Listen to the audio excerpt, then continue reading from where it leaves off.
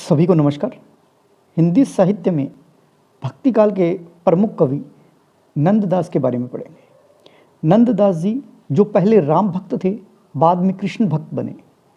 नंददास जी का जो जन्म है वो 1533 ईस्वी माना जाता है और उनका जो जन्म स्थान है वो सोरो या सुकुर क्षेत्र जो कि रामपुर गांव उत्तर प्रदेश में है, वहाँ माना जाता है।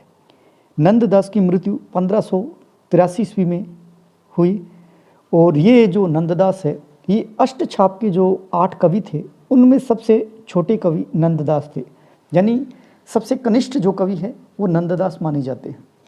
कुछ आलोचकों के अनुसार नंददास और तुलसीदास ये चचेरे भाई माने जाते हैं, यानी नंददास के पिता थे जीवन राम और तुलसीदास के पिता है आत्माराम। ये दोनों सगे भाई है।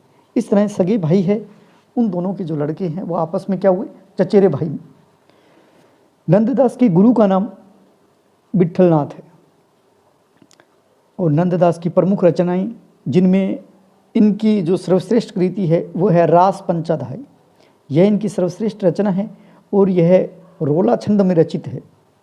उस जो रोला छंद है उसमें ये रचना है वो रचित है। इस रचना में उपयुक्त शब्द चयन के कारण इन्हें नंददास को जड़िया कवि की उपाधि दी गई थी।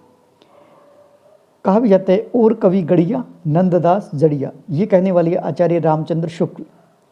सूरदास की भांति उपयुक्त शब्द चयन और उत्कृष्ट भाषा का प्रयोग करने के कारण इन्हें जड़िया कवि कहा जाता है और जड़िया कवि कहने वाले हैं आचार्य रामचंद्र शुक्ल।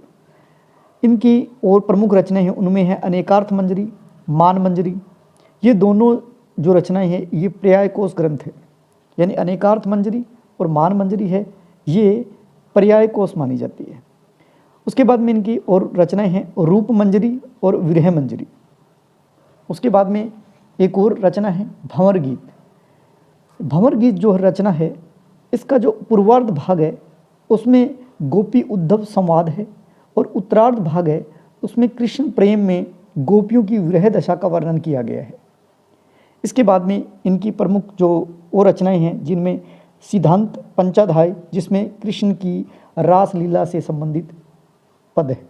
उसके बाद में सुदामा चरित, नंददास पदावली, रुक्मणी मंगल, प्रेम बारखड़ी, श्याम सगाई, गोवर्धन लीला, अनेकार्थ माला, पर्याय कोशई, हितोपदेश और नासिकेत पुराण भाषा।